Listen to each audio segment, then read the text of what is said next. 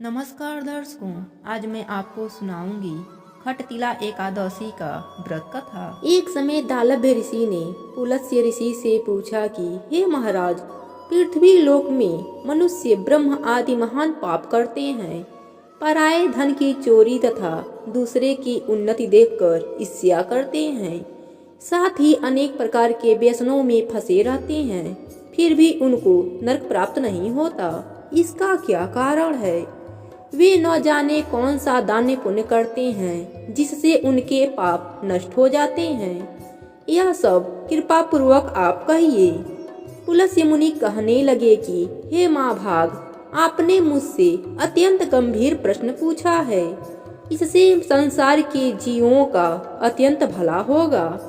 इस भेद को ब्रह्मा, विष्णु, रुद्र तथा इंद्र आदि भी नहीं जानते, परंतु मैं आपको यह गुप्त तत्व अवश्य बताऊंगा। उन्होंने कहा कि माघ मास लगते ही मनुष्य को स्नान आदि करके शुद्ध रहना चाहिए। इंद्रियों को बस में कर काम, क्रोध, लोभ, मोह, अहंकार, ईर्ष्या तथा द्वेष आदि का त्याग कर भगवान का स्मरण करना चाहिए। उसी नक्षत्र में गोबर, कपास, तिल मिलाकर उनके कंडे बनाना चाहिए। उन कंडों से 108 बार हवन करना चाहिए। उस दिन मूल नक्षत्र हो और एकादशी तिथि हो तो अच्छे पुण्य देने वाले नियमों को ग्रहण करें। स्नान आदि नित्य क्रिया से निवृत्त होकर सब देवताओं के देव श्री भगवान का पूजन करें और एकादशी व्रत धारण करें। रात्रि को जागरण करना चाहिए। उसके दूसरे दिन धूप, दीप, नैवेद्य आदि से भगवान का पूजन करके खिचड़ी का भोग लगाएं। तत्पश्चात पेठा, नारियल, सीताफल या सुपारी का अर्घ देकर स्तुति करना चाहिए। हे भगवान, आप दीनों की शरण देने वाले हैं, इस संसार सागर में फंसे हुओं को उद्धार करने वाले हैं।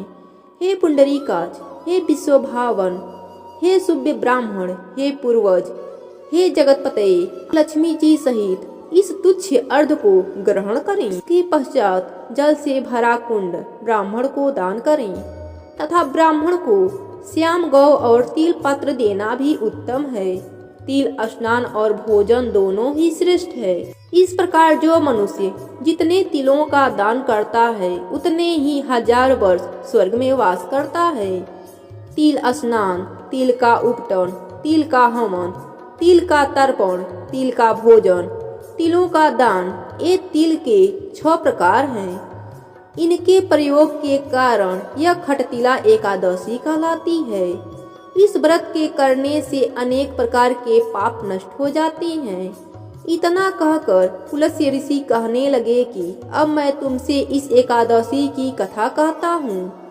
एक समय नारद जी ने भगवान श्री विष्णु से यही प्रश्न किया था कि भगवान ने जो खटतिला एकादशी का महात्म्य नारद जी से कहा सो मैं तुमसे कहता हूँ।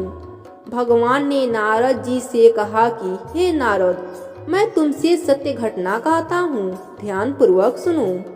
प्राचीन काल में मृत्युलोक में एक ब्राह्मणी रहती थी। वह सदैव व्रत किया करती थी। एक समय वह 1 मास तक व्रत करती रही। इससे उसका शरीर अत्यंत दुर्बल हो गया। यद्यपि वह अत्यंत बुद्धिमान थी तथा उसने कभी देवताओं या ब्राह्मणों के निमित्त अन्न या धन का दान नहीं किया था। इससे मैंने सोचा कि ब्राह्मणी ने व्रत आदि से अपना शरीर शुद्ध कर लिया है, अब इसे विष्णु लोक में तो जगह मिल ही जाएगा। परंतु इसने कभी अन्न का दान नहीं किया, इससे इसकी तृप्ति होना कठिन है। भगवान ने आगे कहा, ऐसा सोचकर मैं भिखारी के भेष में मृत्युलोक में उस ब्राह्मणी के पास गया और उससे भिक्षा मांगी। वह ब्राह्मणी बोली, महाराज किस लिए आए हैं? मैंने कहा, मुझे भिक्षा चाहिए। इस पर उसने एक मिट्टी का ढेला मेरे भिक्षा पात्र में डाल दिया। मैं उसे लेकर स्वर्ग में लौट आया। कुछ समय बाद ब्राह्मणी भी शरीर त्याग कर स्वर्ग में आ गई। उस ब्राह्मणी को मिट्टी का दान करने से स्वर्ग में एक सुंदर महल मिला, परंतु उसने अपने घर को अन्य आदि सब सामग्रियों से शून्य पाया। घबरा कर वह मेरे पास आई और कहने लगी, भगवान, मैंने अनेक व्रत आदि से आपका पूजन किया, परंतु फिर भी मेरा घर अन्य आदि सब वस्तुओं से शून्य है। इसका क्या कारण है? इस पर मैंने कहा, पहले तुम अपने घर जाओ, देव स्त्रियां आएंगी तुम्हें देखने के लिए। पहले उनसे खटतिला एकादशी का पुण्य और विधि सुन लो, तब द्वार खोलना।